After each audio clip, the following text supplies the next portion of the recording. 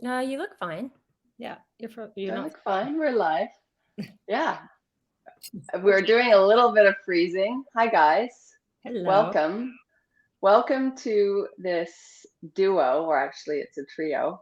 I get to introduce these two amazing ladies to you and introduce them to each other, which is awesome. Rachel, meet Jenny. Nice to meet you. Nice to meet you. It would be cool if we could reach through the screen. Hi. Um, So today, I'll just start before we dive into who you are. I, as most of you know, am a mom. I'm a mom who has a teenager. I also was a teenager. And I have been really feeling that we're going through a topsy-turvy time. I like to use that more sort of kid-like term for, oh my God, what's going on with the world? And I would say that our teens they're really feeling it. I know I'm feeling it in my household, speaking with other parents, other educators. Teens are feeling scared, they're feeling anxious, they're feeling worried. And I think that it is a lot for educators and parents to take on that feeling of supporting their kids and knowing what to say, knowing what to do when we don't even know what's going on. So I've been on a mission and I have been exploring all over the world. And it just so happens that both of these ladies are from Canada. Lucky me. Finding people who are working to support and inspire teens right here, right now. Um, I have Jenny and Rachel here because they are doing some remarkable work with teenagers. Rachel, I have known, I think, for 7 or 8 years. So Uh, Sophia was in grade 1, so Sophia was in grade 1. You still have some art on your wall from her. yeah. And she came home saying, oh my gosh, I met Rainbow Fairy. And Rainbow Fairy was introduced to us. And I have watched you in your career as a bullying prevention coach and mentor, public speaker. You have some amazing programs that you've been taking to schools, communities, and events. Also, your preteen and teen online group, which Sophia was part of, which is amazing. And now you've just written a book, right? Well, It's written. we're on the last thing and it's about to be launched soon. But yes, I have Well, written. Yeah, it's not right. And I'm really keen to hear and have you and Jenny share more of the specifics of the teams you're working with. I obviously we've had chats on our own, but I wanted you to meet each other because she's been working with women and communities in, I would say, so many different areas. Jenny, I've known since I was 19, 20. Yeah. And Jenny and I had kids at the same time. She has been, I would say, a healer working in Qigong, Shiatsu, Chinese medicine. I mean, there's so many areas that Jenny has dove into. You are a scientist at heart, but also have such a huge heart and such a spiritual journey that you can't help but be a teacher, which you are. Jenny has women's groups. She teaches regularly. And now she is turning her attention to supporting teen girls with her new program called Wonder Girls, spelled with a U, which Sophia loved, starting in May, a 4-week program designed from her heart, informed by what she's hearing from parents and kids. And I'm so excited for her to share more because, yeah, I think it's amazing. So now that I've given everyone and I've been nattering away, we want to hear from you guys. I'd love to hear from each of you why you are doing the work that you're doing and why teens. Why is it an important group for you? You can either one pick off. Jenny, do you want to go first or? Sure. Um, Teens. It's interesting for me because it's not where I have been working. It's just, and it wasn't something that was intentional in my work from the beginning. but it just arose out of an observation of what was happening. And I was working with Sophia, Hope's daughter, one-on-one. She wanted to learn how to read tarot cards, which is one of the things that I do. I teach tarot. I read tarot cards for people. And so her and I started to hang out on Zoom this last year. And we had these incredible conversations. And in listening to her talk, and, I'm a mom of 2 boys, but there are a lot of girls in my life in this age bracket from 12 to 16. And I'm observing them all. And it became very apparent to me that they were carrying so much, especially in the last 2 years.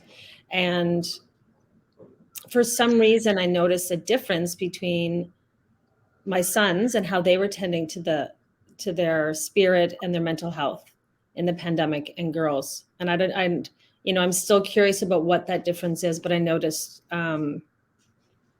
socially, I think the nervous system regulation of young girls right now is so out of whack. And then I started to remember myself, and I know myself, but remember myself as a young girl and how difficult it was. And I couldn't imagine being in this world right now with social media, stuck at home. And I think because I can connect so quickly to 13, 14-year-old Jenny, I just felt like it was time for me to bring my wisdom to girls of this age group that I wish I would have had when I was going through all the things that I was going through. And really, like, for me now, like, Hope, you described all these things that I do, but if you were to package it into one thing, I work with energy and managing energy. And I think there's some really practical tools if we understand that we're energetic beings and we know how to manage our own, how to relate to others. Life can become much easier and fun, instead of. I would say Rachel too remembers herself when she was young. I think that actually, I call it kid space, both of you.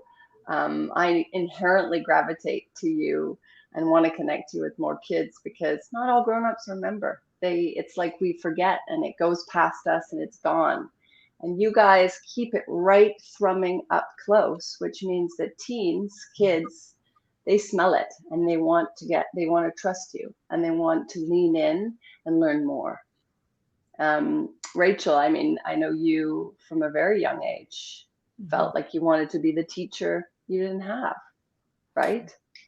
Yeah. So, yeah, Jenny, thank you for sharing. And I definitely relate to some of what you're talking about. I mean, my book cover, I'm thinking visually because I'm an artist as well. So I was like, what's my book cover going to look like? But my book title is Be Who You Needed. And I literally vowed, like, as you know, Hope, to become the person that I needed. I grew up being bullied from grade 1 to the end of high school. I went through huge amounts of trauma. Bullying is abuse. It needs to be recognized as such. There's the same effects as, like, many of the things that happen when children are removed from their homes, as opposed to like what's happening on school grounds. So I vowed to become the person that I needed. I became a teacher. I've been doing that. I think this is my 11th year in the board, maybe 12th. I have a learning disability, so numbers are terrible for me. So I think it's around 12. I don't know. But I've been in education for 20 years. And so when I lived in Japan, I used to teach like the whole spectrum. So I would have, preschool, I'd have my 2 and 3 year olds come in, then I'd have kindergarten, then I'd have moms, then I'd have businessmen, then I'd have teens. I would literally, like, that was what my day looked like. And what I started to realize was, actually, I'm good with the whole spectrum of like all ages. Like, some people really gravitate, as educators, like you only see like kindergarten teacher, like, high school or whatever. But for me, it's actually the spectrum. As a substitute teacher, I specialize in kindergarten. I just taught kindergarten yesterday and love it. But in terms of the work that I do with coaching, I think that my work with preteens, teens, and actually it's starting to go into like people that are in their early 20s. And then I work with families and the coaching that I do as well. I think that that's a really critical age because of all the things that kind of start building up from the younger ages. And then it becomes like sometimes a breaking point where they are at risk for like very serious mental health things or, unfortunately unaliving themselves sometimes. So I think that it's a really critical age where things can take a really quick turn for the worse. And yeah, I just remember being like 6 years old, 7 years old, 12 years old, and myself not knowing if I could make it through what I was going through. So that's really what the focus of my work has become, even though I still work with like the kindies when I teach and like, all of that. And I am implementing safe spaces in those areas. It's really my coaching practice and the work that I do with bullying prevention is mainly that age group. Wow. Yeah. So I actually didn't know you're working with all those different ages. Yeah, I do. Jenny's working with all those different ages. Yeah. And I remember, Jenny, you like, literally, you're like, put my finger on the pulse and you're like, okay, if I'm going to make a huge impact, it's this age is really where it's at. What you just said, Rachel, as well, is you guys are almost like fast forwarding to the future and thinking, if we support at this earlier stage, we might be able to make an impact. Am I right in saying that later on? Absolutely. I mean, I think, for me, because I've worked mainly with adults. I mean, I used to be a camp counselor for years. And I also have a learning disability. So yay, learning disability. No, just kidding. I'm very dyslexic, amongst other things. But I've worked with mainly adults in my career, and I just keep running into the same issue we all have, which is that we don't know how to listen to ourselves. And what is that? And then I look at, I teach yoga to like little kids, and I can see at that age, before they've been convinced not to, domesticated by a lot of systems. Yeah. Yes, totally. Don't know which systems those are, but 100%. And I think this is like, Rachel, like you said, it's this age of like where everything turns. And we as humans become more aware of the outside world and how the outside world is viewing us. And so then we stop listening to ourselves and we listen to that, which is dangerous. It can be very dangerous.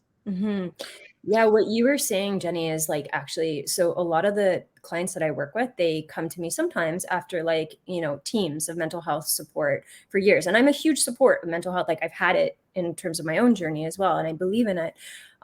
But one of the things that I find that is a theme, and it's something that I talk about with the people that I work with and then remind myself at the same time, all those moments that you abandon yourself, those are the moments that you get like farther and farther away from yourself. And to me, when I work with kids that are like, having these meltdowns or, totally having panic attacks or things, like I just listen really critically and ask curious questions. And then we unpack, because what I believe is the answer is actually inside of each person, and so, but they don't have a neutral space. It's kind of like, they're with their families that have a whole history of your relationships and their backgrounds. They don't want to hurt their parents. They don't want to, whatever. There's a million things.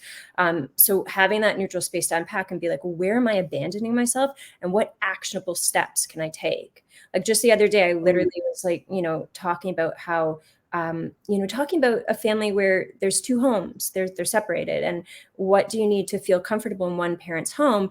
And the person was like, well, for many years, I just like didn't unpack anything like that was personal in that space. So they weren't feeling grounded in the other home because of that. So their homework, quote unquote, was to do a care package. And they sent me pictures of it to like unpack in this other space that it had been years that they hadn't been grounded in, to like help de-escalate these moments of just going into like total meltdowns. So to me, it's like when we, have the space to unpack, where are we abandoning ourselves? And if society focused on that more, but all the things that happen, we can see little kids are so connected to their truth, and then they get pulled away, and then you get adults or preteens or teens that are super depressed or like, you know, having all these things that they might be made better when we can unpack those things and see where we can stay with ourselves and care for ourselves. Oh, I love that. I think also at the point of being seen, Yeah. if we're being seen by somebody we trust, so somebody like you two who have a connection to your kid's space, so immediately you draw them in and then you see them. And sometimes, and even myself as a parent, for sure, I don't do a great job at really seeing, because you're in relationship with someone and you're seeing them. It's like having a partner for 30 years. You see them, but sometimes you don't see them. Same with our kids. So I guess what I would love to chat about is parents try their hardest, teachers and educators try their hardest. Would you say now is a time for there to be other support systems for kids to be seen? Like, and how does that work and how does that happen? Yeah. I think it's really important right now, in particular, because everyone is at the edge of themselves. I think, you know, the education system is under so much strain and teachers are super stressed. And, you know, again, for me, I'm a nervous system nerd. And I just think I wanted you to talk about nervous system. Sorry to interrupt. If you could just give, because sometimes I mention nervous system and people are like, what is a nervous system? What? Could you just share a little? Yeah. we have, you know, we all have a nervous system. It is the computer that takes in information and then tells our body how to deal with the information that's coming in. I use the analogy of the swimming pool. You know, we have a nervous system is like a space, an energetic space inside of our body that has a capacity. And I like to think of it as like a swimming pool. And so my swimming pool takes in stimuli or beach balls. So like if people keep putting beach balls in, or the world keeps putting beach balls in my swimming pool, when my swimming pool gets full of beach balls, then it's full. And then I shut down. I'm at capacity. And we can have big swimming pools and we can have small swimming pools depending on our upbringing, our trauma. And I think right now everyone's swimming pools just became like super, super small. Yeah, we're at capacity. And so, I mean, that's a very short, basic description of the nervous system, but anything that happens in the outside world is received through our nervous system. And it's physical too. This is a big thing for me right now in the pandemic. And I'm trying to work with, and Rachel, I'd love to hear your experience with this, working through screens and connecting. And I think I'm finding ways, but you know, our nervous system is regulated through physical touch and sound and interacting with other people's bodies, which has been taken away from us. And so I think of like teachers who are unregulated or dysregulated, who are at capacity, and parents, and then kids that are looking to the adults to regulate, and no one's regulated. So I feel like this is the reason why we need to find regulated adults. Like my whole job is to regulate my nervous system. That's what I do. And then everything in my work branches from there. And I think, you know, I noticed with kids, like when I was teaching kids yoga, I would like have all these children come into my class and it wasn't yoga. It was just like co-regulation. It didn't even really matter what we did. Like they would have an hour and then they would leave regulated, which is like, I don't know. It's a funny thing to think about, but I think it's the most important thing that we need to focus on right now with kids. Yeah, I don't think it's a funny thing to think about at all. I think it's essential. Yeah. So I've been working online for 2 years. I don't even know. Pandemic time is like, I'm like, I want post-pandemic time. Not just like government saying it's fine and like it's not, but like I want post-pandemic time. But anyways, in like these past however many years we've been in this, I've been working online mainly. I've just gone back into the schools this year to do like a couple of days of substitute teaching. But it's so weird because my clients are all over the world and I forget that we've never met in person.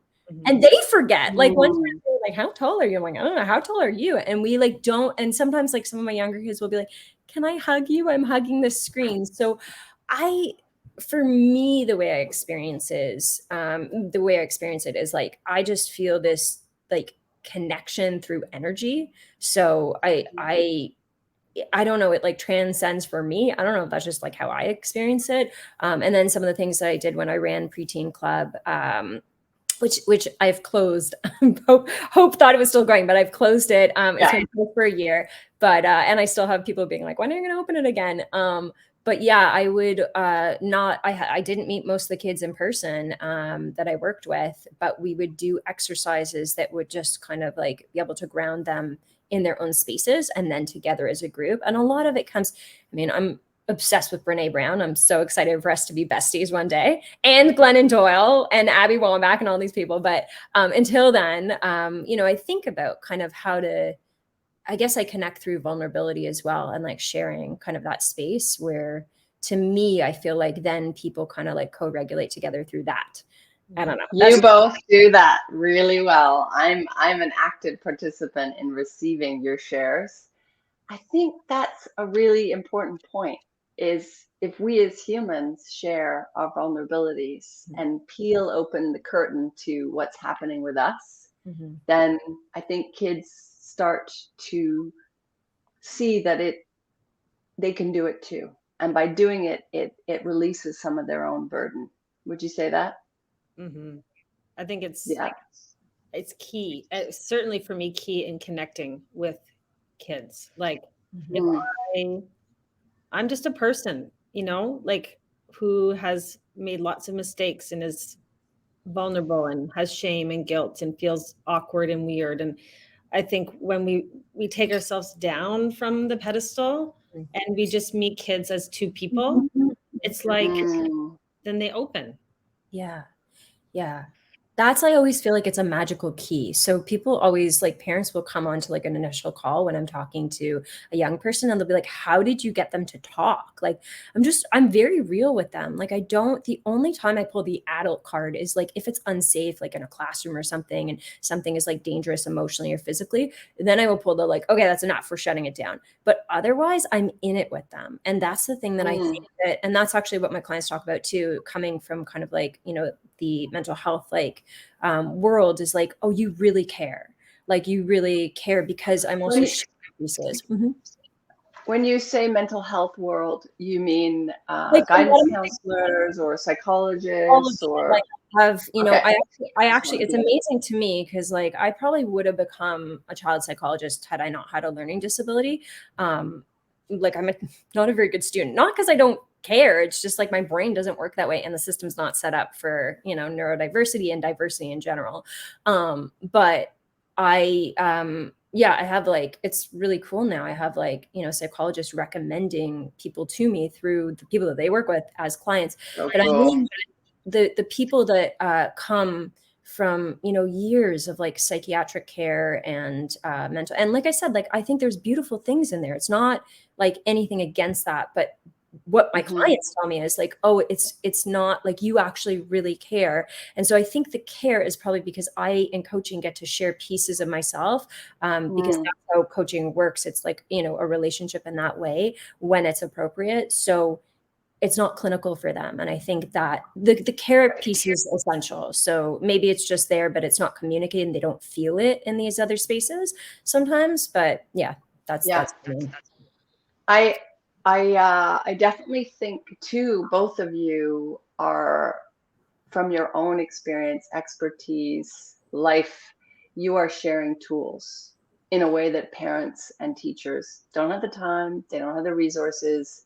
I'm really curious to hear, let's start with Jenny. I know you've just finished designing your Wonder Girls course. I was so curious, having been in some of your women's courses, what you would do with teenage girls. And I know Sophia's going to hop into your course in May, and I thought it would be cool for you to share with Rachel. She might have some teens that would be interested. So yeah, tell us a little bit about what teens are going to be doing in 4 weeks with you. Well, this whole thing started by me teaching Sophia tarot and a couple of other young girls. And it was Sophia's idea. She's like, I would love to, we should do like a tarot class with other girls. And I was like, that's such a good idea. And so that's what it was going to initially be. And then the more I thought of it and the more I started to expand creatively when I was creating the course, I realized that really the value is tarot is a tool to connect with yourself. It's a tool for intuition. And that's what I've observed. Like I came to it when I was 14. I was given a deck of tarot cards and again, remembering sitting in my bedroom, being like wrought with emotional turmoil. And like, it was the thing that allowed me to like become quiet and use these symbols and this like beautiful, ancient wisdom to like find answers to questions that no one had. And that's when I worked with Sophia, I saw that she would have this question and she didn't want to ask you or Charlie or anyone. She wanted to figure it out for herself. And so she would, use the cards and come to these amazing realizations about her truth. So tarot is going to be a huge part of it. Talking about archetypes and we're going to dive into meditation. I'm a meditation coach. I've been teaching it for 20 years. And, I feel like kids can access meditation in a different way, in a more practical, pragmatic way. Movement, Qigong is also one of the things that I teach, and I'm super passionate about it. So using movement to connect with our body, to manage our energy, to ground, to feel grounded in ourselves, to learn to love our body. And then so important for teen girls. So learn to love our body for ourselves. And respect it and honor it, and I know for what I observe in a lot of people that I work with in the movement space, it's how disconnected we become from our body. And a lot of times disconnected from our body because we don't love it. And, right. And I think there's a way to build a bridge through movement, especially the Qigong, because we're working with the physical and the energy. Learning how to become sensitive to our energy when it's off, when someone else's energy is off, how to protect ourselves energetically. Oh, yeah. So we'll be digging into all of that. I mean, when I asked another young girl who's 14 what she wanted and needed help with the most, she said, I want to know how to calm myself down when no one around me is calm, when none of the adults are calm.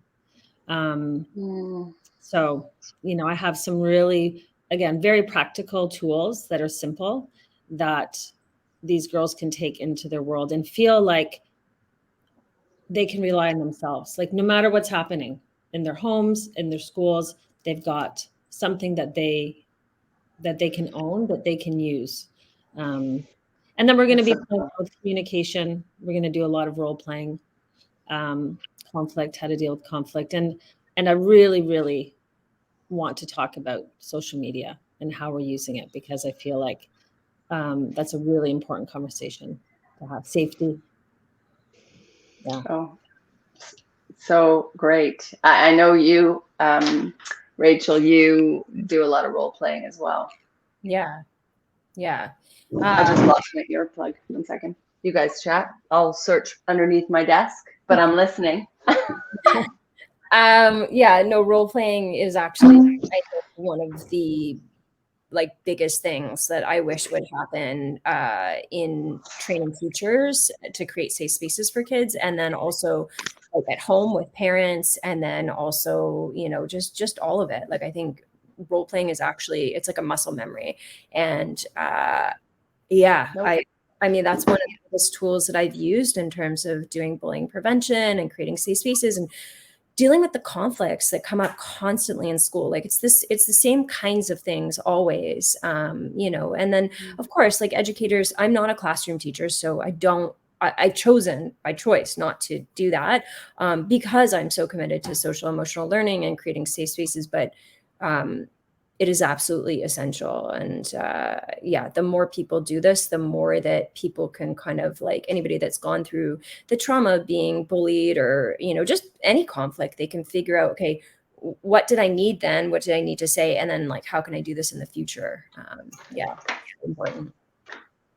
Being prepared, I think, is important. And that's something I remember not feeling prepared, being surprised by something or conflict, or just being in situations where I didn't know what to say and had experienced that conflict in a safe space where I got to run through things that might happen then. Yeah. Because the thing that happens, like, you freeze, right? So like people don't talk enough about that, is like people going into freeze or young people going into freeze and then kind of being told like, well, it's not that big of a deal, like, or just kind of like adults need to tune back into, like, to me, it's like a cycle of abuse. Like, okay, they survived being a child, now they're an adult. And so they disconnect because it's too painful to remember how vulnerable and tender and under attack they were. Or you can't, it's either you're watching an unsafe space happen, or you're part of making the unsafe space happen, or you're the victim. Like there's no other space, because Hope just left. Okay. Did I say something? Well, maybe she'll be back. Hope, are you there? Are you there? Oh, I don't know. What should we do? What should we do without our host? Keep talking. Hold on. Yeah. I'm just going to see if... maybe text her. If we're on... Well, it says we're still in the show. We're in the show. You're in the show. Everyone can now see and hear you is what it says over here. So yeah. So nothing's changed in that. So, well, I would say, if I have to say something to parents, is Hope back? It just shifted size for me. Me too. Anyways, what I would say, like if a parent is watching at home, there's Hope. You have Hope. Hope. Oh, no. Hope, we have Hope back. Can you hear us, Hopi? Oh my gosh, that was so dramatic. My earplug flew out, then the whole computer crashed. Are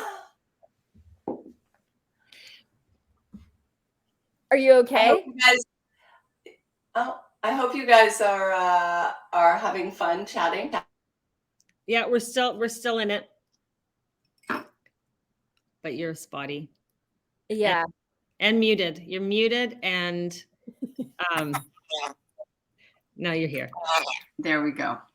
Okay. What an amazing little intermission. It was so thrilling and inspiring. I just needed to take a moment for myself and just clutch my chest. What did I miss? Where are you not guys? much. We were kind of like, I think Jenny was texting you, and I was trying to like just share role playing is important. So yeah. Awesome. Well, role playing is important, and hopefully my computer's not going to crash again, but I really did, after Jenny's explained her work, I would love, Rachel, if you could share. I know you do a lot of role playing, family counseling, one-on-one work. Share a little bit about what you're focused on right now, since I shared a teen program you're no longer offering. Yeah, it's okay. People associate me with preteen. So just to clarify, I'm not a counselor. I'm a life coach for preteens and teens. A lot of my young people that I work with call me their therapist. I cannot. I don't have that certification at all. So I am focused on doing. Is it echoing for you guys now? Yeah, I think it might be. I think it might be. Uh-oh. Keep going. Audio. Okay. So I'm focused. It's still echoing for me. I don't know. Try again. Okay. Take 3. I'm focused on. Okay, it's still echoing, but should I keep talking? I think it's okay now. Okay. Yeah, so I'm focused on doing mainly one-on-one coaching, but when I work with a client, I work with their whole family. So actually, like in my webinar, parents talk about testimonials, how the whole family really shifts because I'm looking at, it's like a small ecosystem. I am doing talks still in schools. I'm just about to go into my first TDSB school online and speak about bullying prevention. And then we are in the process of creating a program that's going to help train both educators and like work with the kids and work with the parents about how to create safe spaces, because that is still, we are still, like, losing lives. Like I just had another, yeah, we just lost another child to this recently in Ontario. So it's not a joke, and I really feel like we have blood on our hands. I've been saying this since I was a child, that like it is serious. It's not a small thing, and people need to be more aware. And it's not just one-offs. So yeah, so I'm working on that, and then my book, because it has been 6 years in the making, and I'm neurodivergent, and I've hired so many people, and we're almost there. And also, there's a million more things to do. So like we're almost at the end of the editing and designing the book inside, and we'll be doing a podcast tour and doing a whole campaign online, and then of course my TikTok community. So that is where you can really see in real time the work that I do, and these conversations with these young people with their consent and the consent of their parents, just snippets of like my life, and also kind of how I do what I do, which is just kind of like really tuning in and listening to the needs and kind of looking at what is needed, and just creating these safe spaces. I also I'm queer, and I work with, like, in the time I ran preteen, I had like 32 kids come out to me in like 1 year. So I realized like it's really important to be, especially now that's what's happening with the states, which is just it's human rights. And, we've been fighting for a long time, but we're going backwards, and we need to fight even harder to create safe spaces for kids. So again, that's literally like you have your child's life on the line sometimes with these kinds of things if you're not supportive and of them. So, kind of doing your work to unpack your own internalized, moving away from heteronormativity and all the stuff that happens with our society, our societies, and creating that safe space for your family. So that's kind of a medium-sized to large-size nutshell of my life, of what I'm doing. And it never feels like enough. I don't know, Jenny, if you feel this way, and hope you feel this way, but it never, and maybe that's just me being like, obsessive and perfectionistic, but also the reality is like, it never feels like enough, because there are so many like lives being lost, like literally, and also like through depression and mental health and like all the like things that you harm yourself with, because there's not enough safe spaces, or people, it just doesn't feel like systematically, like I'm always thinking like, however I can like protect and empower as many children in the world, that's how I want to do it. But like there's always people I can't reach. But like, well, that's why we're doing it today. And yeah, I'd love to hear your thought, Jenny. I want to connect more people with amazing, I call you magicians, both of you, connect you with each other, because I think it's important too. We get in our own lanes, not because we don't want to collaborate or share, but because we're in our own worlds and we have our visions and our work. And I think it's important to know who else is in the space of inspiring and supporting teens. What about you, Jenny? Yeah, I mean, I feel you, Rachel. In there's just never enough. I feel like, and that's why I think we get in our own lanes. I know it's like it can be all consuming, and there's so many people, so many kids that need and are yearning for and hungry for connection with safe people, and I mean, this is why I chose to go into this work, because I just, for me, there was so much that was coming at me from parents. I work with women mainly, and a lot of mothers, and just hearing from moms the stress and feeling lost, and just feeling like this need growing and growing, and seeing kids just not having the support that they need. And it makes me so sad to think of and to feel, and I can see, Rachel, that you're also sensitive in this way, like empathizing and feeling the pain and the lack of safety. Like when I see a young kid, and I can see in their body how unsafe they feel in the world, it just, yeah, I can't do something about it.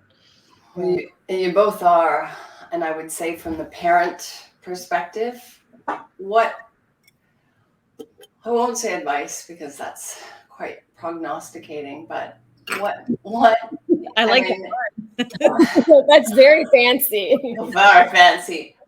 What words of love and support would you offer to parents who are struggling right now, whose children are feeling their nervous systems dysregulated, who are feeling very scared? And these parents might not have met you. They're definitely not working with you yet. What would you share with them right now as just some ways, things to consider? I'm also putting my parent ears on, and I'm listening. Well, first of all, Hopi, you're an amazing mom. And although you're my friend, you're like a few years older than me, although I'm going to be 43 tomorrow. So, but yeah, I always kind of, felt like this mothering energy from you. You know, I would come over to your home. I miss you being here, but I would come over to your home and you have all this amazing food and like nourishing, like, yeah, you're just very nourishing to the soul and also like food wise and just energy wise. And so I always felt how lucky your children are, really, to have you. And I remember, listen, I've told this story a million times, meeting Sophia in grade 1, and she was just so magical. I could just feel her like inner world so strongly, yet like how sweet and sensitive and kind and incredibly creative. And she drew the minion of me as a Miss Rainbow Fairy. I still have it. And I just remember thinking, who are these parents that have raised this child? Because I know I can see kind of like what's happening. And that's not, there's intergenerational trauma, and like we're learning more about it, but I can literally see like lines of energy happening. And I always knew that. So you are doing an amazing job, no matter what, of all the little tiny bumps or whatever. And so what I love about what you're doing is you really listen and you create that safe space. So what I would say to parents, one of the things is, you know, if you feel like you are struggling, invite your child or teen on a play date. And a play date meaning like something that is not putting the pressure on, like, let's have this serious conversation about your depression and like what's happening in school. Also asking your child, how was your day at school? Fine, good. I have like a bag of like what I imagine as a Santa Claus bag. I'm Jewish, but like Santa Claus bag of goodies. And I just I'm like, so I will say when I get on the call with coaching clients, how's your day? Good. Great. So let's stretch it out a little bit more, like Taffy, give me a little bit more information. So using humor as a pattern interrupt and maybe like asking that question, but not expecting like the weight of like what you want to connect with your child in the deepest, darkest ways of whatever they're struggling is going to come out. If you just say, how's your day? It's going to be good or fine, even if it's horrible, right? Even if it's suicidal, they might say that. Like, so really creating spaces where you're like, let's do something fun. Let's take the pressure off. And then sharing bits and pieces, like as you're doing something else. So there's not the pressure of like, you know, like how, you know, you're baking and you're like, I just wanted to check in and see like, you know, how is it going with your friends? Or like ask more kind of like in-depth questions, get specific. Yeah. Get curious. And then also listen, like when they're talking, like really give them space. Right. So like sometimes I'll have parents that will be like, I'll ask them, like, let's say something that you do appreciate about your child. And they'll say like, I really appreciate that they're trying hard with their homework, but, and I'm like, there is no buts in this conversation because you cancel out what you've just said then. Right. So it's just like starting to like build up those things to like build their feelings of self-esteem up, and they're being appreciated by you, you know, and having that conversation also, because I act as a mediator too, like in the work that I do with families. So yeah, just like having each other hear each other. That's a huge thing. And I think you demonstrated that for us in our kitchen once, because I think sometimes as parents, we feel, I don't know if you have this, Jenny, we feel we're listening, but we're distracted, and they know it. And so it's like you calling yourself out when you're not paying attention or really, really listening. Yeah. Yeah. And they'll like tell you that until you're not listening so much that they'll just like shut that off. But like, I think another thing is apologizing and taking accountability. So if you are distracted, or if you're having a bad day and you snap, like modeling to them, like adults make mistakes too, and we're in it together, and you deserve, as your humanity, like the same amount of respect as another adult would. Because people don't think that way oftentimes with children. Like they see children as like a different species, and it's not. They're the same. I always say to my kids, like I respect you. I've just been on this earth a little bit longer, and I might have something that might work, but like I learn from you too. And humbling yourself, like really listening, because I actually think, to be honest with you, I think kids are actually like helping us to evolve if we listen, right? Because they're so connected to whatever created us that they're closer to that than where we are. So if we actually tune into them, they can help humanity. Anyways, I could go on forever, so I'll pause there, but I love it. I love it. What do you think, Jenny? I think, I mean, I support what Rachel said. There's so much there, especially the listening piece. Like I feel like for me as a mom, like if I put on my parenting hat and I think of my relationship with my kids, they really just want to be heard. Like it's the number one thing. And I feel like for me, the biggest shift in parenting my children, not so much working with kids as a coach, but this is like my own experience as a parent, is when I realized that my ideas of how I'm supposed to parent and what parenting looks like and how my kids are supposed to be. Like when I get angry at my kids or frustrated, I've really come to understand it's because I feel like I'm failing as a parent, you know? And I think we're all like that. We're not really mad at our kids. We look at them and who they're becoming as a symbol of success as a parent. We can like connect with that feeling, which is like our own work. It makes a huge difference. I mean, I've even said that to my kids, like, you know, when I get angry with them or frustrated with them, or I express like judgment, because it happens, you know, and then getting real and saying like, you know what, I'm not actually mad at you. I just feel like when you had that tantrum in the grocery store, the entire grocery store was looking at me like that mom is not a good mom. And so then it turns, you know, Right. So I feel like that's really, that's a vulnerable thing to realize, and I totally relate. It's like catching yourself and being like, is this about them or is this actually about me? Yeah.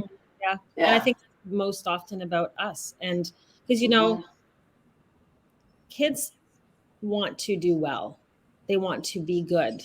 We all want to be good, you know, and succeed and feel good. And I think when I'm struggling with connecting with my own children or other people's kids that I'm working with, knowing that that's underneath it all, desire, it breaks down the walls.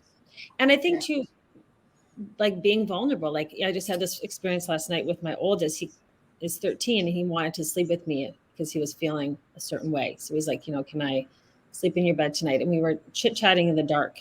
And I could tell he was feeling concerned. He's in grade 8 about something that happened at school. And I listened to him and I just started telling a story of something that happened to me that was very similar. And I didn't say like, oh, this thing happened to me that's like you. I just told him the story and he was like, really?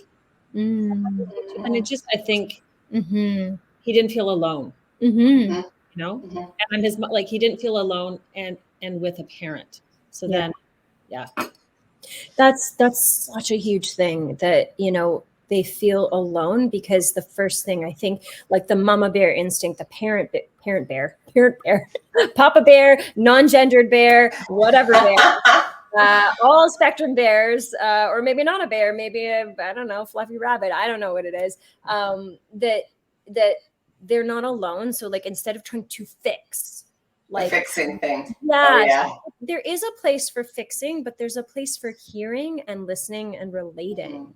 Yeah. And I think that, like, I'm always shocked, like in the education space, like how, or even parenting space, how many people don't share of like their journey when like a kid appropriately, right? So like just sharing, like relating, like, yeah, I've been through that.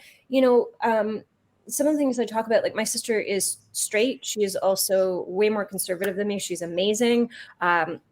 She is not neurodivergent. So there's a lot of things. And when I work with kids that sometimes have very different sibling dynamics, so like one of my young people that I work with has a severe learning disability and her sister doesn't. So, she started sharing, but with a lot of guilt and shame. I'm so jealous of my sister. And I was like, let me tell you what I went through. And I started sharing, and she's like, I feel so relieved for the first time because I feel like I'm not alone in this. And, and also my sister and I have healed our relationship and it's beautiful now. But, when you don't fit into that box that we all want to belong to, that causes trauma in itself. So I think it's amazing, Jenny, that you are able to share and have that vulnerability, because that is actually, I think, one of the biggest things also that helps to heal or prevent really serious mental health things. Because I feel like when kids come to me, sometimes, not always, they're in this like deep, like sometimes I get the image. One of the young people that I worked with said it was like they were, and they disclosed this to their parent, that they were under an ice skating rink that they'd fallen into in ice water, were drowning, and their family was skating on top of them, not knowing that they were like drowning and dying. And the parent was like, oh my God, I can't even believe I didn't know that, and they were like, well, I tried to tell you. But so just kind of having these metaphors, but yeah, like kind of buried under a weighted blanket in the earth or in like a cave. And it's like the less alone people can feel, not that their problem has disappeared, then that's the healing in it. Yeah. To bring it back to our friend, soon to be friend, Brene. Besties. She what I love, which makes me think about teens actually, and I guess I'd like to end on this, is the concept of fitting in versus belonging. And I know, Jenny, we've spoken about this, and I would say that there are a lot of kids in school and in family systems or setups where they are kind of hardwired to fit in. And that's the expectation and the ethos. And what I love about what you're both doing is that you are creating spaces for kids, teens to belong to themselves by being seen by you, by being supported by you, inspired creatively. How can people find you? So parents out there, educators, Jenny, how you're launching your Wonder Girl course, May, how can people find you? Yeah, my website is being launched today, actually. Jenny. It should be up now. If it's not, just keep checking. JennyArndt.com. JennyArndt.com. I'll put the link in the notes. Yeah. And all the information for Wonder Girl is there. And ways to contact me. You can find me on Facebook and on Instagram. I spend a lot of time on Instagram, talking, sharing, meditating. Yeah. Yeah. Awesome. So I'm easy to find. And Wonder Girl starts May 16th. Okay. May 16th. Yeah. Awesome. Great. And what about you, Rachel? Yeah. So TikTok is my main platform. It's become that. I realize it's not just for children. It's for amazing adults as well. So TikTok, it's Rachel Weinstock _. Instagram, it's the same thing.